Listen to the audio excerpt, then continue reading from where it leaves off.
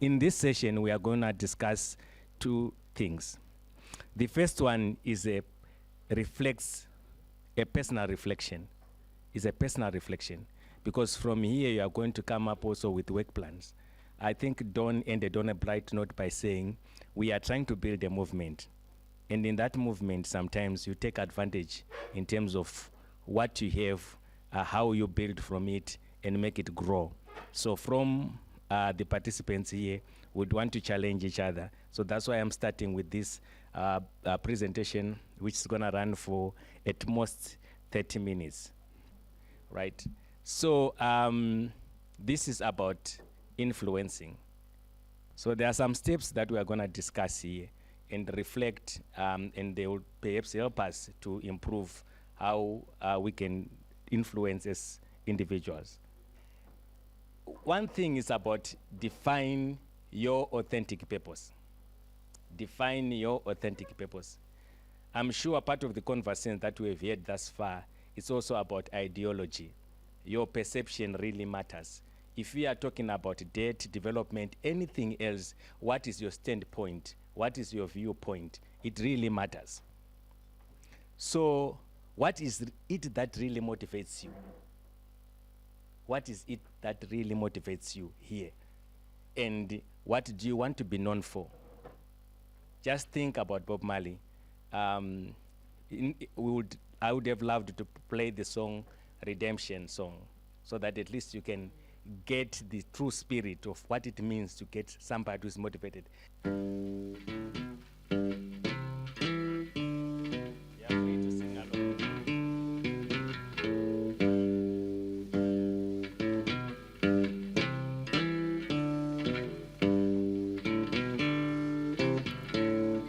All pirates, yes, they rob I, sold I to the merchant ships.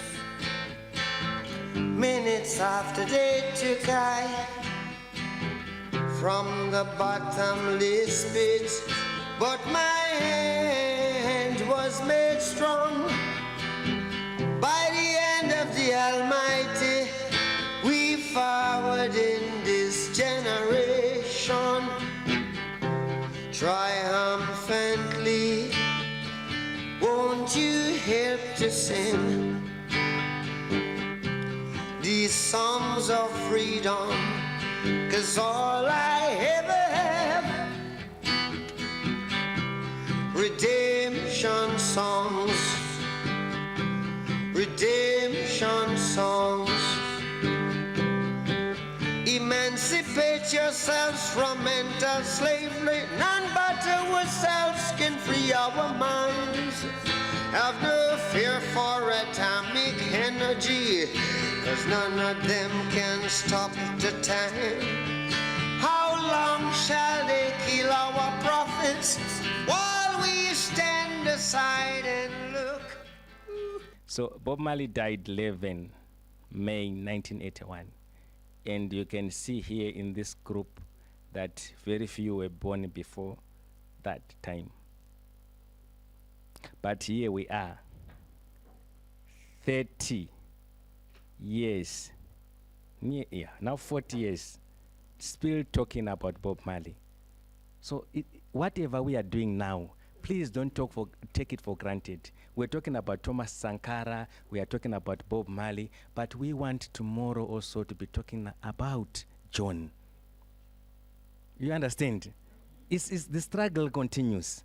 So we are not locked back. No one can stop the time. So let us seize the opportunity to define this. So define your unique value proposition and align with your passion and values. So this conversation about debt, you have to find a personal connection about it all. But before we flip to the next slide, allow me also to share the other side of me that I bring to the table as an activist, and which also I will challenge some of you and someone I know. Yeah, we are in the same category, or we are in the same struggle to move it forward. Please, Joy, can you kindly, for less than 5 minutes, help us there? I'm going to read to us something, and I hope we'll pick something up. It's called Ka or Cow, A Tale of Africa's Poor Mineral Wealth Management by Mukasiri Sibanda. In 2015, I imported a used car from Japan. I had been so comfortable to use public transport to get to work and for social errands. In the minibuses, I would be so deeply immersed in people's stories, the struggles, and the humor we often use to diagnose our economic tumor in Zimbabwe. Some things did not make sense to me then. A bus stop was called Pamarara to refer to a mountain of garbage dumped by residents because of dysfunctional refuse collection. It still worries me that the dignity of the residents has been degraded to the extent that people comfortably call a bus stop Pamarara. While I didn't mind using public transport, the school run for my children, my golden girls, was a huge challenge for my wife and the kids. So it was a huge relief getting our car. Yet I never stopped thinking, how many cows would I have bought instead of a car? While convenient, a car is a depreciating asset. It differs from cattle, the traditional source of wealth that can multiply. Of course, barring the risks involved in rearing cattle. The first time we took that car for service, we were advised by the mechanic that the car's exhaust system was designed for frigid environments. For it to perform better in Africa, a hot environment, we had to remove a certain part. They even offered to do the work for free. We were so excited to meet a mechanic who was so friendly and eager to explain to us how we can take good care of our car. We agreed without any suspicions. Later, I understood that the removed part was an catalytic converter used to reduce carbon emissions. The autocatalytic converter is made from palladium, one of the 6 metals comprising the platinum group of metals, which are platinum, palladium, rhodium, ruthenium, iridium, and osmium. How I discovered that I had been swindled was when someone, while queuing for fuel, was offered money for the autocatalytic converter. The fuel shortages were creating an easy marketplace for people who wanted to buy the converters using the same explanation that they served little purpose in Zimbabwe's hot climate. In a way, this meant that controlling pollution did not matter. Thus, our asset, the air that we breathe, and its quality were getting compromised. This wasn't the only tragedy. Along with our neighbor South Africa, Zimbabwe is one of the rare producers of PGMs globally. South Africa has an outsized role in the production of PGMs. As statistics show, in 2023, South Africa produced 120 metric tons of platinum, followed by Russia with 23 tons, Zimbabwe with 19 tons, Canada with 5.5 tons, the United States with 2.9 tons, and other countries with 4.6 metric tons. There is little value addition and beneficiation of platinum mined in Zimbabwe. To date, most platinum exports from Zimbabwe to South Africa are either concentrate or matte. The latter is a second phase of value addition that is preceded the recovery of base metals such as nickel, cobalt, and copper.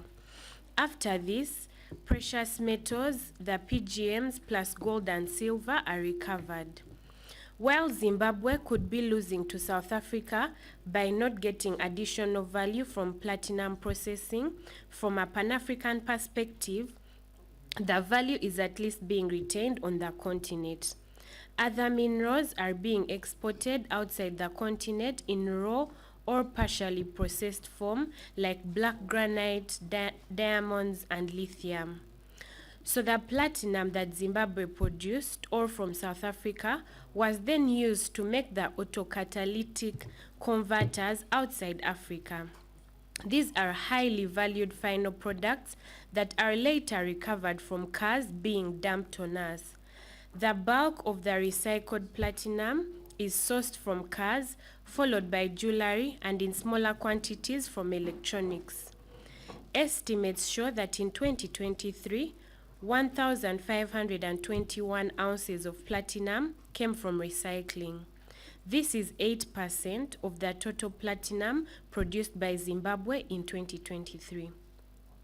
While the figure looks small, it is a dystopian fear. The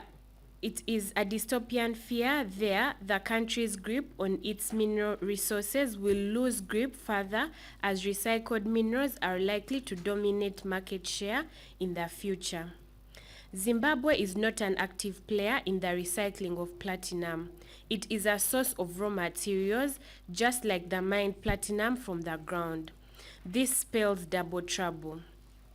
These challenges are aggravated by the fact that pollution from cars is increasing because citizens are not fully aware of the dangers of removing autocatalytic converters. The short-term economic gains, which are outweighed by the adverse impact on the quality of air that we breathe, are not looked at from a balance sheet approach. Regulators, who should be stopping this environmental and economic crime, seem to be sleeping at the wheel. Their ability to steer the national development from minerals may be impaired. It is crucial, though, to note that policy-wise, using both the stick and carrot approach, Zimbabwe is using its tax regime to improve mineral value addition. Further, trade tools in the form of the ban on raw material exports, as in the case of ferrochrome, dimensional stones, and lithium, are in place. Yeah, can you skip to the conclusion? Collateral damage is also felt when scarce foreign currency from low-value mineral exports is then spent on buying used cars. I bet with an efficient public transport system, the desire for individuals to use their hard-earned earnings to invest in used cars, wasting assets, would be reduced. In turn, this would reduce the trade deficit that causes havoc to national finances. I have observed that congestion in Harare is worse during the school term. I again wonder, if I had invested in cattle, what would be my family's net worth? This is a question not just for my family, but for our African economies. Okay, thank you. So the reason why I'm sharing this is that we had a conversation this morning with Theo. There are some key events that we are going to try to ride in terms of surfing that giant wave of influencing. And we want to rely in terms of this cohort, in terms of blogging is one of the ways. It's not the only one, but various ways that we can rely on to influence. So I thought, let me just share this personal testimony, how to define your authentic purpose. Right. Craft your compelling narrative. Every leader has got a powerful story to tell. So who is volunteering here just to tell us briefly in a minute or two his or a powerful story as an activist? Because we want to be inspired not only by referencing Bob Marley, Thomas Sankara, but also to know among us there are living legends that have got compelling story. Honorable, please. It's actually not even a story, it's the truth. I think that, Mukasiri, when sometimes you wait for people to tell your story and then you realize they actually don't get it as you get it. When I attended the first workshop on illicit financial flows in Nairobi called by Tax Justice Network Africa, I was an EFF MP for 9 months. And that's when the report on IFFs came out, done by UNECA, that told us the statistic that has been flashed by Francis, that African governments only are liable for 5% of it, multinationals for 65%, and commercial for 30%. I ran out of the room and I cried that day because I just shouted across the floor in Parliament for Zuma to pay back the money. And I'm not saying the 5% does not matter, but I'm just saying the 5% is the skunk in the room. It smells. But that 65% is the lion. It will eat you and leave nothing except the clothes you were wearing. And the hyena is the criminal. So I knew that when I go back home, it cannot be business as usual.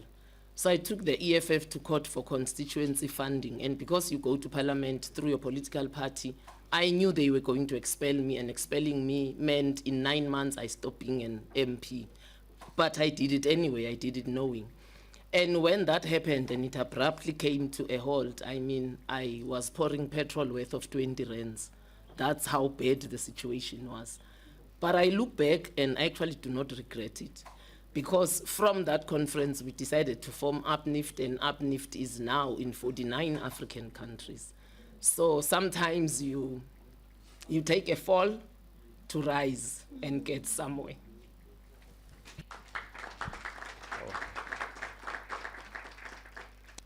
I have heard the story of the high-level panel report, but I have never heard such a powerful analogy which talks about the skunk, the lion, and the hyena. Is it documented out there? Yeah, I mean, we have a lot. We have a lot. Thank you, comrade. That precisely that's the idea. We should own the narrative, find the ways to reach out to people in ways that are so powerful. I think we are trying, as the Stop the Bleeding campaign, to come up with the our own narrative on development financing, the black paper. Such powerful short testimonies, analogies in terms of what does it mean to us. Our compelling narrative really matter. You see. Right. Leveraging on online platforms. I'm not going to spend a lot of time here because we are going to get a testimony from what happened in Kenya. But please don't take it for granted. We all need to participate in these spaces. I know there is a risk that our data, some people are observing us. They're also trying to look at the ways that we are publicly disclosing, gauging where we are going with the struggle, which is also a risk, but also is an important platform for lowering the cost of us networking, sharing ideas, and getting to learn and influencing each other. Remember, the information diet determines your nutritional value as an activist.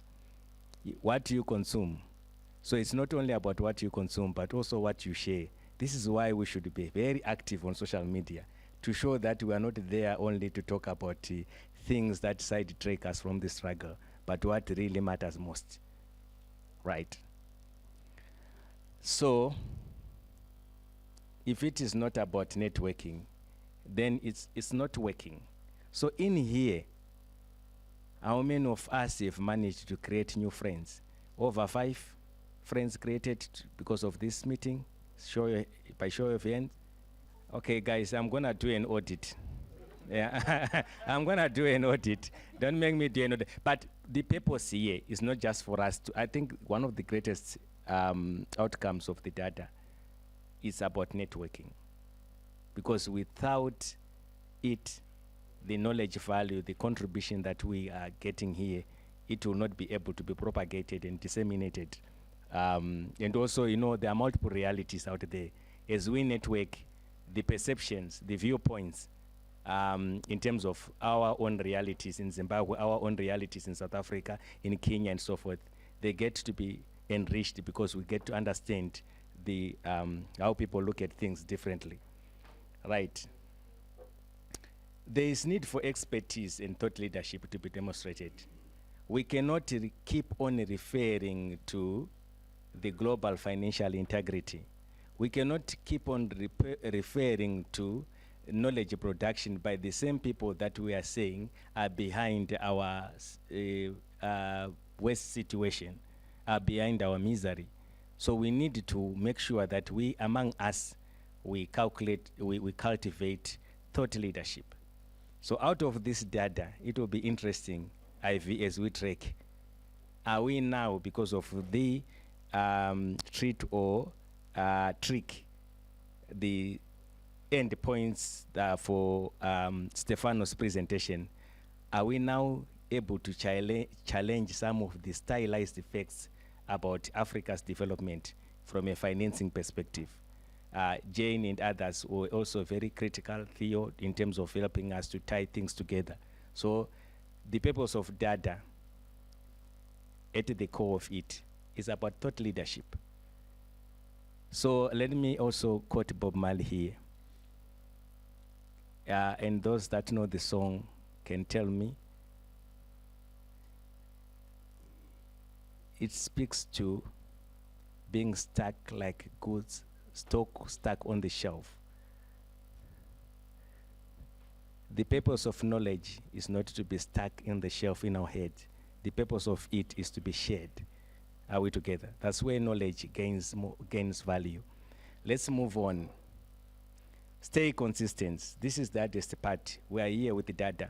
We are going to go out there. We are going to see newspaper articles. We are going to interact in various spaces and everything. But how do we stay true to the purpose and making sure that we do not tire in this struggle? So consistent really matters, right? This is the end. So before we clap end and move to another next session, I want to challenge you that let us have individual work plans. They need not to be very detailed. Even a sentence is enough. What is your commitment? Can you write your commitment and then share it with Ivy? And remember, in that commitment, we are a cohort. So it means that we are going to help each other. If you want to write, there's somebody to refer to. If you also want to do a video or organize a, what is it called, a tweetable, whatever it is, there's someone else to refer to. Should you want to do research voices that you want to quote in terms of the narrative, research writing, you have got a lot of contacts here to find out. So it should not be difficult to write research because you have got so many voices here that you can say, okay, can you tell me what's happening in Kenya? Can you tell me what's happening in Uganda? Can you tell me what's happening in Nigeria? And can you tell me what's happening in Chad? You understand? These are the voices that you want just to tell your narrative in terms of research. So we should not be struggling to say the cost of research is very high for us because we have got this to tap on. So 2 minutes individual reflection. Can we write down your commitment, your plan? Just it needs to be a sentence, something that we are going to hold you to account on. 2 minutes. I'm generous. That's 120 seconds, right?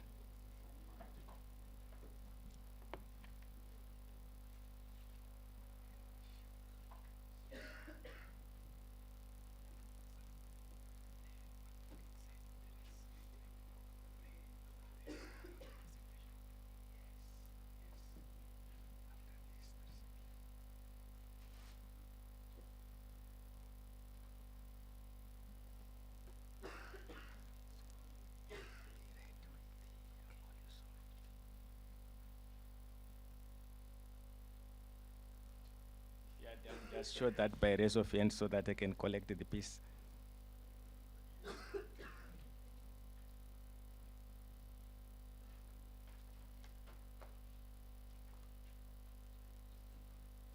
Just one thing, one commitment.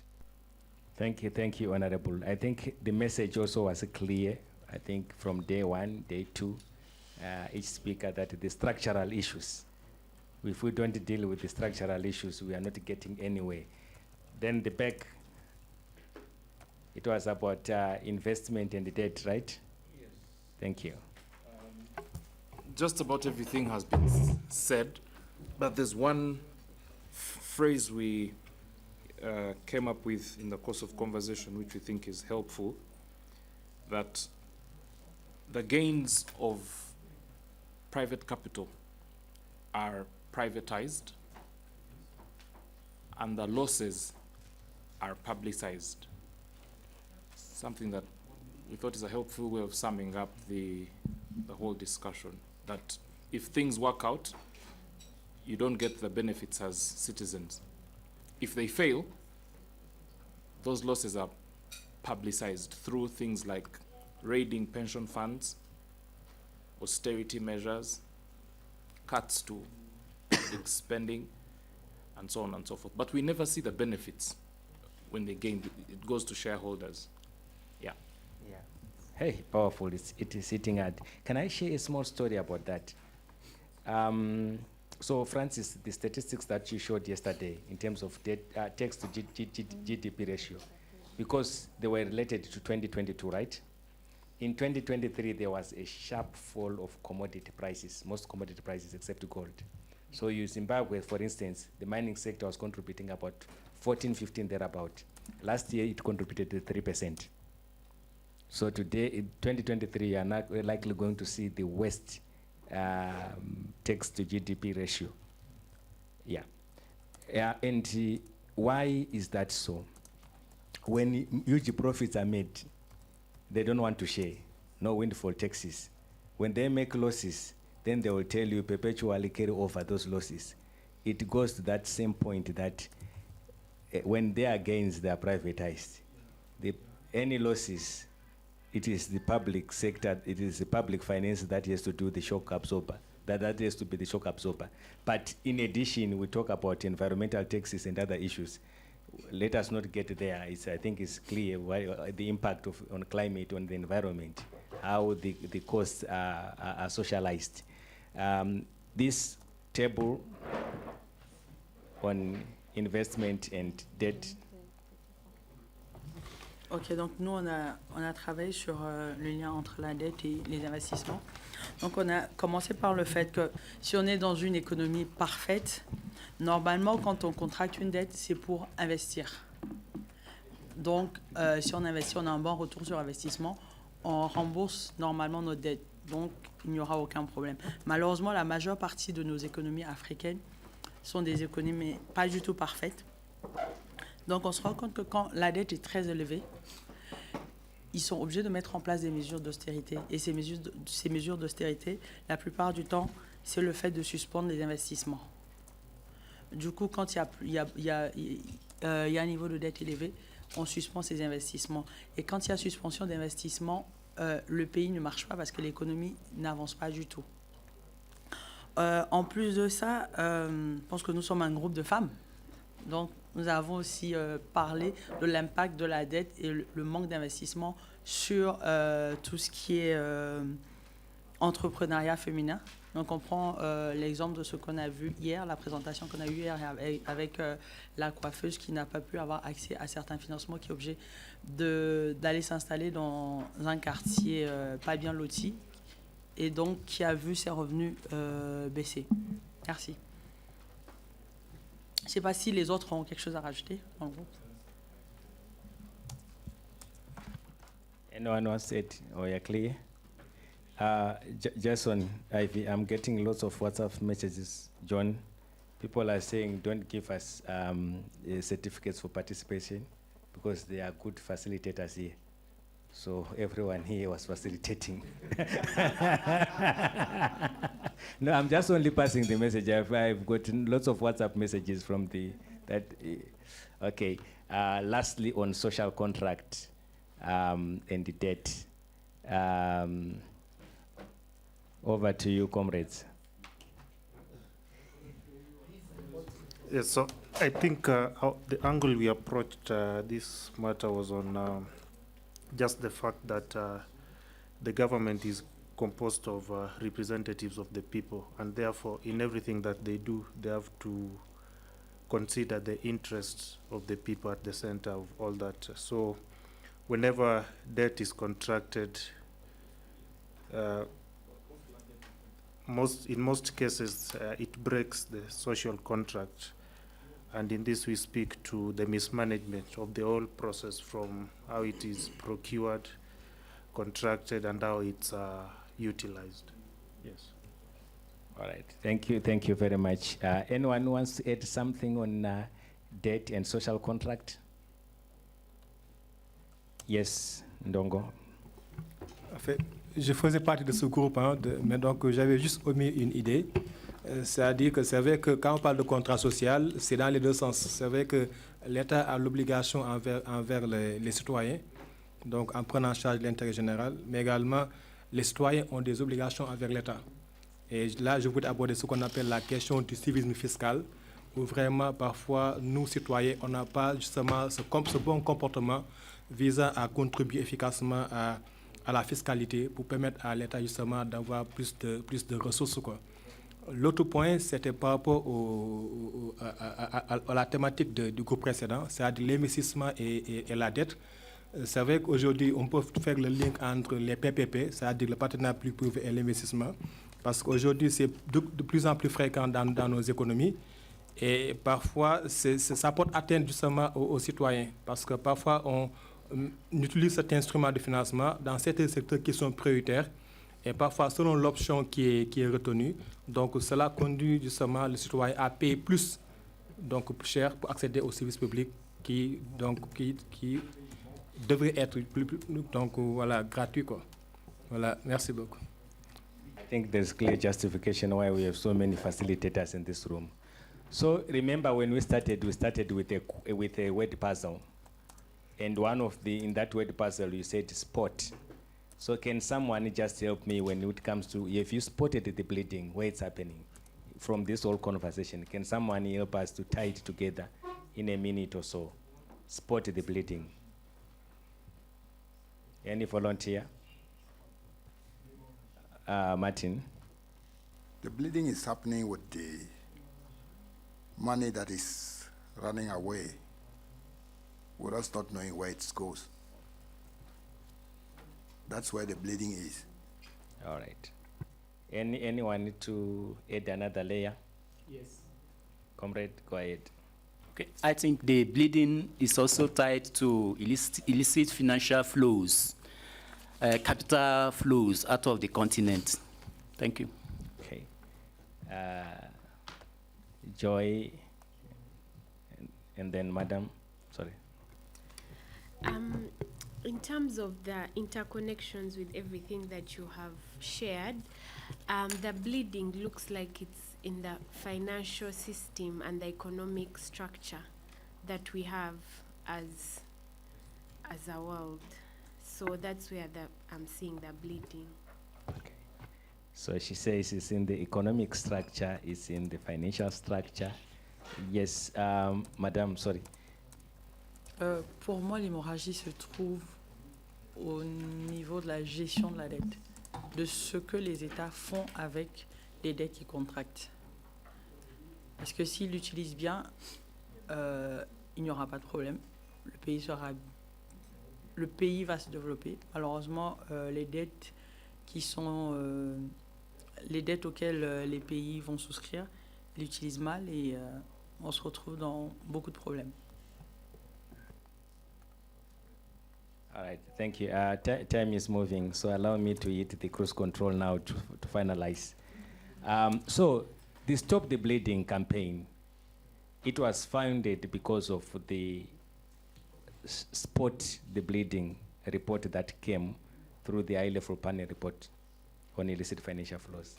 It is this report in 2015 that revealed that Africa was losing enormous resources through illicit financial flows that were tax-related. And I need not to emphasize what Francis shared, that bulk of the transactions are trade-related, emanating from multinational enterprises being the major culprits. So there was that spot in terms of the amount that is involved, spot in terms of where the greatest leakages are happening.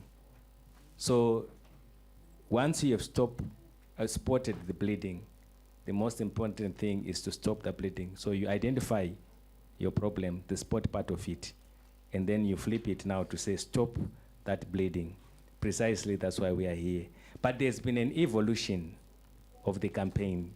If you look at the nature of the Data and Development Academy, which is what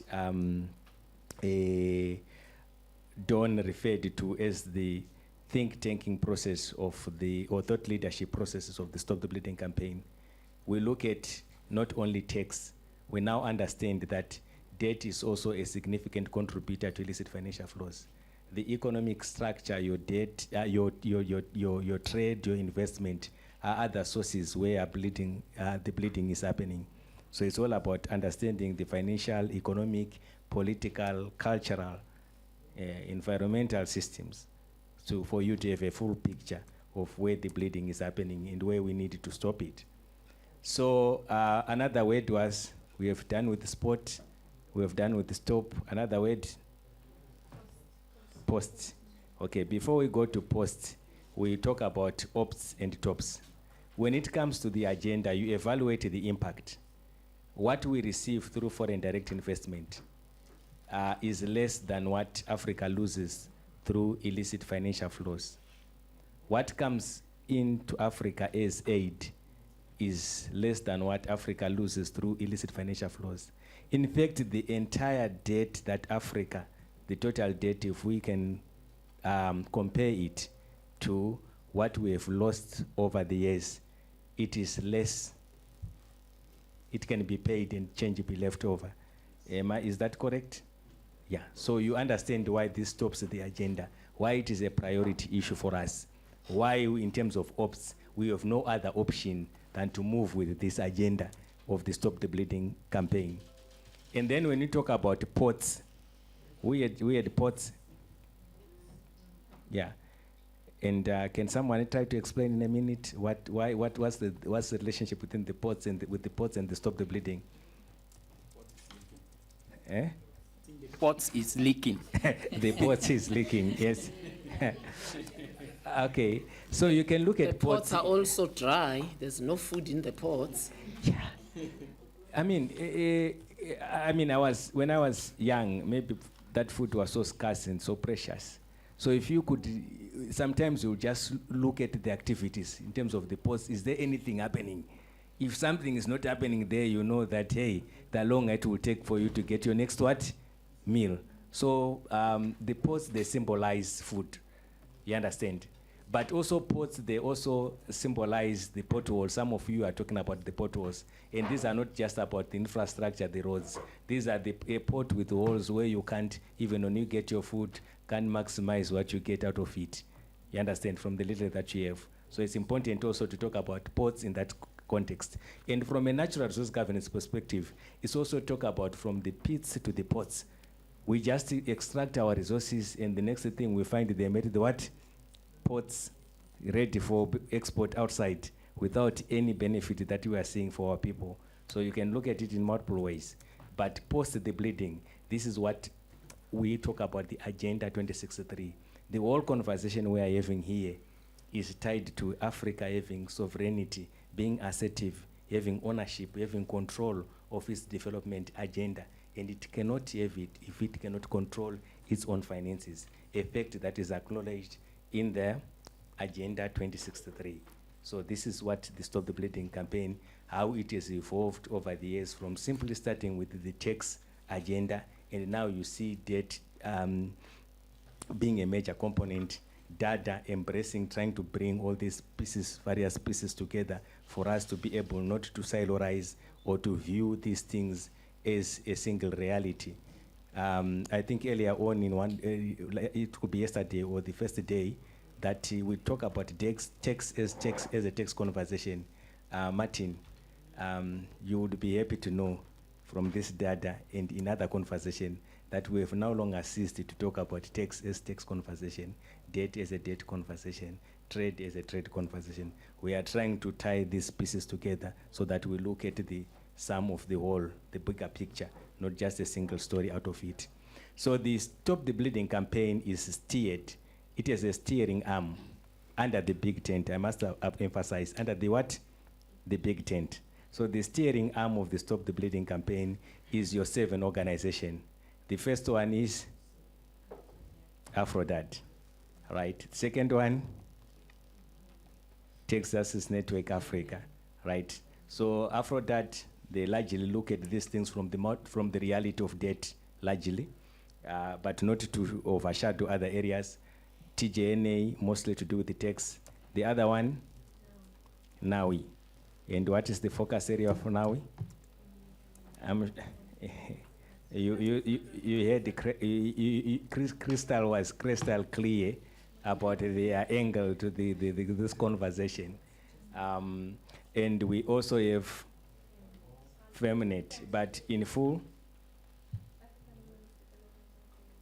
Yes, and together with Feminate, they focus also, together with NAWI, Feminate, they also look at the feminist perspective to this whole conversation. And we have got, remember Dawn. And what did Dawn bring to the table? Yeah. Hmm? Okay. Uplift is it now devolved from TJNA? Yeah. All right. Thanks. Okay, I should include Uplift, right? Who else is left in terms of the steering arm? I took. So what is I took?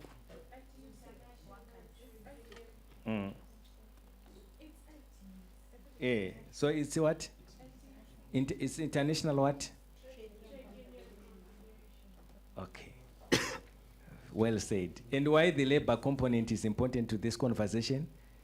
Anyone just to bring it to us quickly? Why the labor component is important to this conversation? Yeah, we're talking about structural issues. How capital is marginalizing labor. When you talk about tax evasion, talk about wage evasion. When you talk about debt servicing, also look at it from the impact of the bargaining power of the public sector in terms of salaries. So these things are not isolated. So they are a part of the table because of that. Have I left any organization who is part of the steering arm? Hey, why Trust Africa? What is it that they bring to the table? Anyone need to explain quickly? So Trust Africa, they are also into illicit financial flows, but they also bring the edutainment aspect to the whole conversation. Arts, in this conversation, we say arts are the darts, not the fats of the struggle. Is that clear? Eh? Can someone help me to explain that? I don't mean to sound rogue, but we are saying arts are the darts, not the fats. Arts is ARTS, darts is the GARTS, fats is the FARTS. Take seriously your musicians, your poets, your artists, because you need, like your Bob Marley, to keep on moving. That is also another language, common language that is used in programming. So in another way, you are talking about arts as the way that makes the struggle languages to be easily understood by many people. So that's why we use that. The fact some of you may think from an academic lens or what was it called? An intellectualism lens, that arts are a fact, but no, we take these things seriously. Look at where we are with Bob Marley. So I've said the evolution of the Stop the Bleeding campaign. It's no longer about text. You can see where we are now. So as I conclude, there are three things that I wanted to emphasize. Number one is the what part, because the why part we have dealt with it. The what part of it, I think part of the flagship program that you are going to see from the Stop the Bleeding campaign is about the black paper. I think that's why we have got one of the best brains in Africa, or many other best brains in Africa working on this, Dr. Ndongo with us here and others, to help us to put together. We said we should own the narrative, thought leadership. We cannot keep on referring to these very same systems and people that are behind our operation. We need our own to lead the agenda of knowledge. So look forward to the black paper, and I'm sure some of you are going to be is going to reach out to you in terms of some of the key informants to this conversation or focus group discussions. Please feel free and share your best, because you know you are contributing to how we can shape our thought leadership. This is our identity, the black paper. So I'm not going to belabor that point. So that's the flagship project. But outside this consortium members, anyone with Okay, so I'm told that I have to sit down now. So outside that, the challenge that anyone with the key ideas, because outside the consortium members, there is funding to support very important and progressive ideas. So if you have got your big ticket events that you think we can run with, feel free to pitch the ideas. The steering arm will consider. Thank you so much.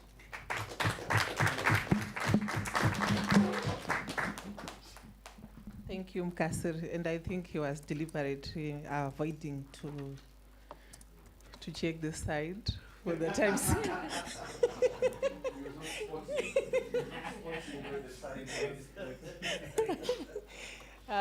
Thank you very much for that interactive session. I don't know if there are any burning issues. He has been engaging us throughout. So I guess we are good, isn't it? Okay, that's fine. Thank you very much. And a round of applause from Mukasiri again. Okay, so I'm going to repeat the announcements. And maybe I would want to see by a show of hands those who want to be part of the people living for the National Art Gallery at 2. Oh, you almost scared me. Because we could be waiting there and there's no one who's prepared to go. So it's 1, 2, 3. Can you just maybe, yeah, 1, 2, 3, 4, 5, 6, 7, 8, 9, 10, 11. Okay, thank you for that. So let's be by the reception at 2 p.m. sharp so that.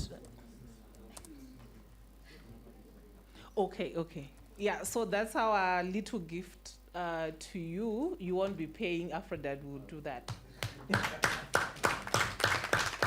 So I thought that was going to increase the number of hands.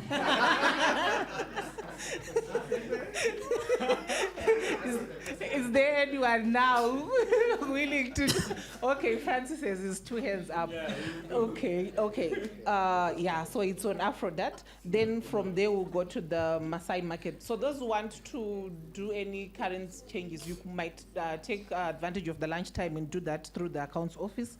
We are going to have a group photo where the flag is. So when we leave here going for lunch, let's just wait for a moment so that we can have the group photo.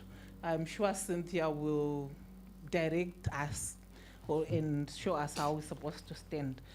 Okay, so yeah, I think there has been QR codes that you've been given. Anyone who hasn't received? And John has sent an email on feedback. So let's take time to give feedback on how this conference went. We would want to improve definitely. For that, the 3 would want to make things better than they are. So kindly take time to go through that. So yeah, I do have your emails. If I don't see your response, I will definitely email you. Okay, so at this point in time, I'll ask my colleague, Malin, to come and thank you properly.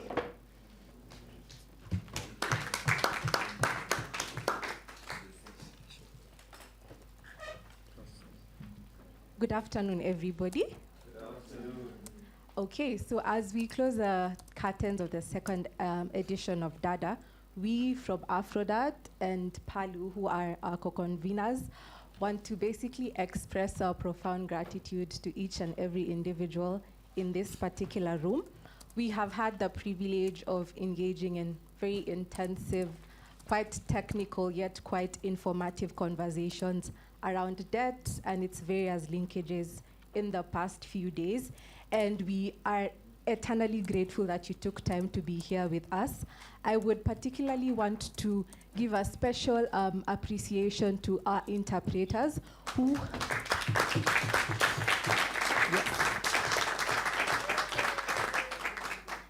who have enabled DADA be quite inclusive, basically housing our comrades from the Francophone side and the Anglophone side. We thank you so much for that. Special thanks to the K&K team, who are our videographers and who've covered the entire session.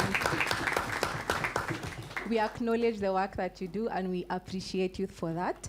I also want to thank our participants, or should I call you our co-facilitators, as Mukasiri mentioned it, largely because you have been a very vibrant community, and we appreciate the fact that you are intent about engaging with the facilitators and highlighting various country experiences, which I think lay the groundwork for the work that we will continue doing in whatever shape and form. I'd also like to take this opportunity to basically recognize the people who have been working behind the scenes, coordinated by John and the entire Aphrodad management team, without whom we would not have been here, right?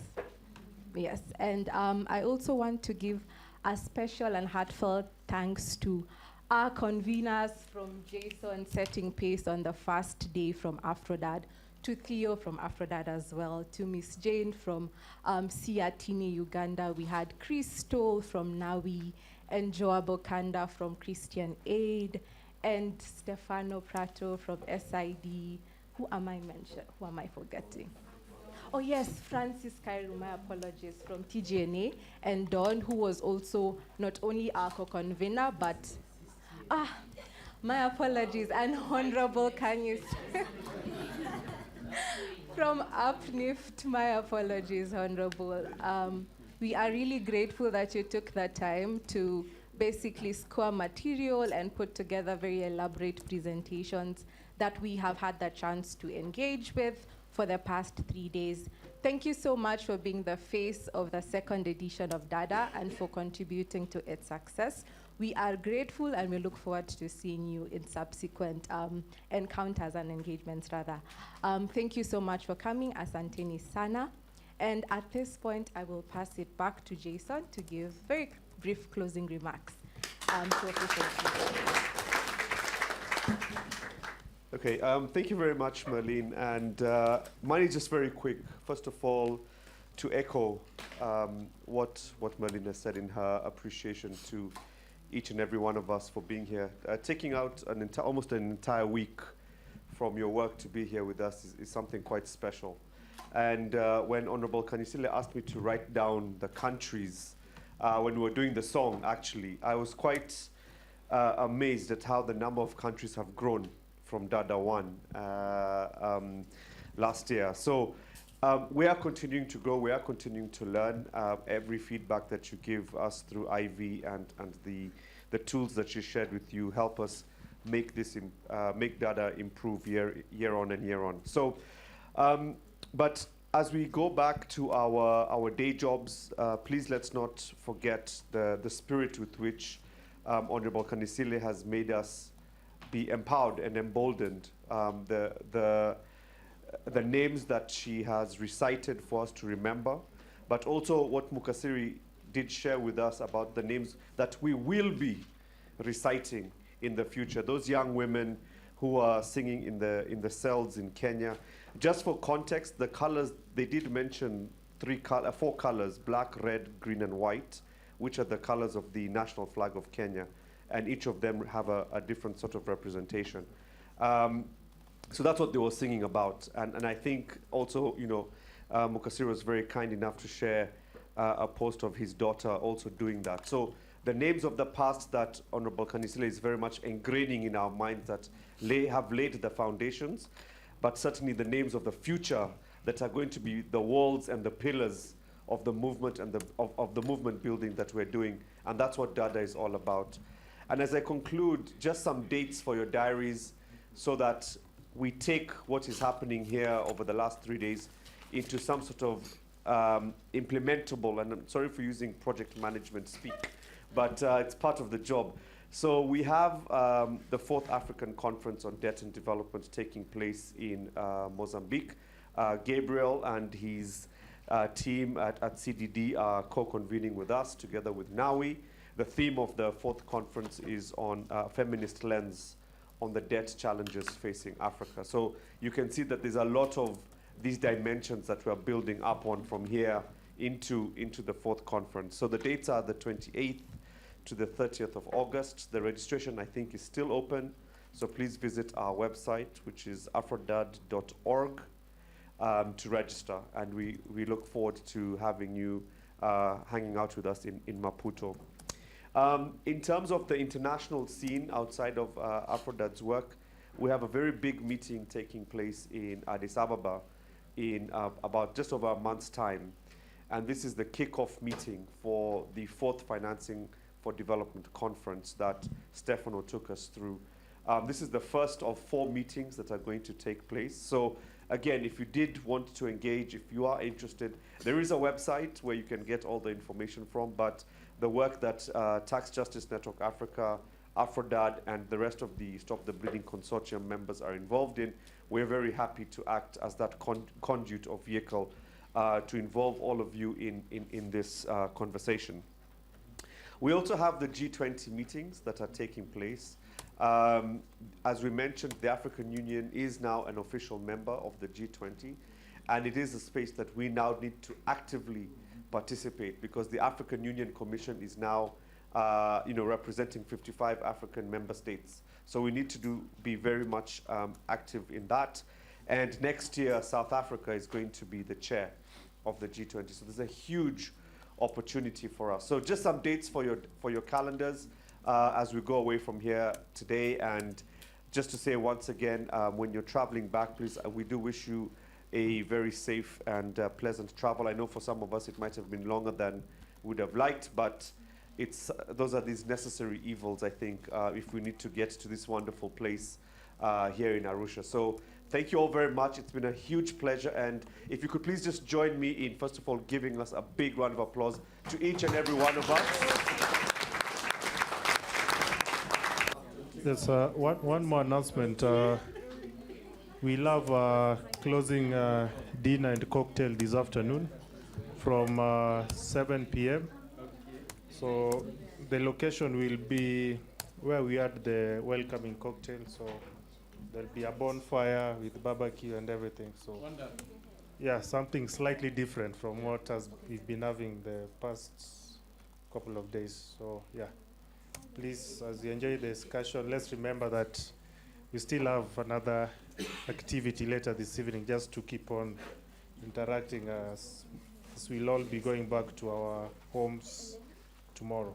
Thank you.